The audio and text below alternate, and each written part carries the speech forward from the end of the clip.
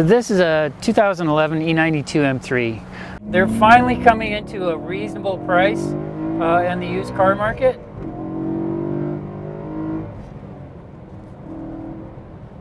And I found that with just a couple tweaks, meaning just a couple aftermarket modifications, you can really enhance the things that you like about the car. That's the best part about doing modifications to a car, is that you take what you like about the car and you make it better.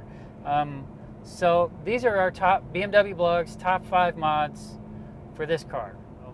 Number 1, the exhaust. The V8 in this car is a fantastic motor, but it really needs to be uncorked to be able to hear it. The one we installed is a Dynon exhaust and a cross pipe, but probably my favorite would be an Akrapovic if I could afford it. And then another good one is a BMW Performance one, but that's a little over $4,000.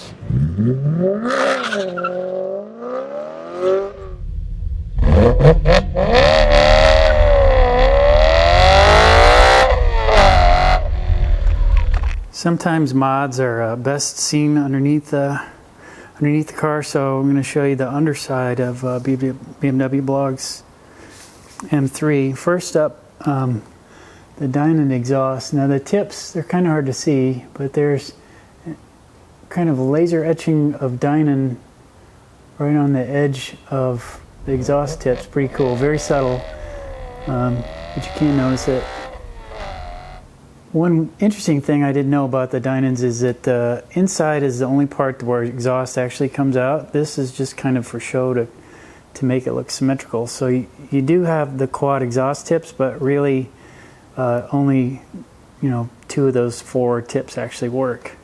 Did the cross pipes. You'll see the kind of that X-looking thing there between the end of the headers and the first part of the mufflers is called the cross pipe. That also adds quite a bit of excellent enhanced sound. That's number 1. Number 2, a cold air intake. It just allows the induction noise when you first roll on the throttle. You can hear it a lot better, and it also gets rid of some heat soak if the car gets, if you're really pounding on the car. All right.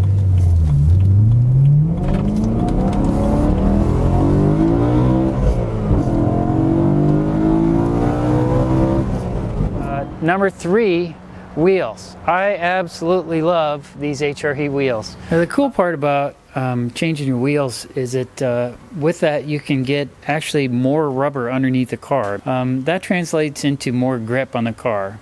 You do have to be careful on what wheels you buy, because if you buy the wrong wheel, you can actually make the increased weight go up. So you have to buy really high quality wheels like HREs or BBS or some other high quality brand that it basically decreases your unsprung weight on the car, so that when you're stepping on the gas, I find that they're more responsive. It spools up quicker. It's easier to turn the car, it's easier to brake the car, because basically you're spinning less weight. And look at the size difference between the optional 19s that came on the competition package car versus what you can get with these HREs. Number 4 is the suspension. You can see this one's lowered a little bit, and I think it just helps get rid of some of the fender gap and gives it a little bit better looking stance.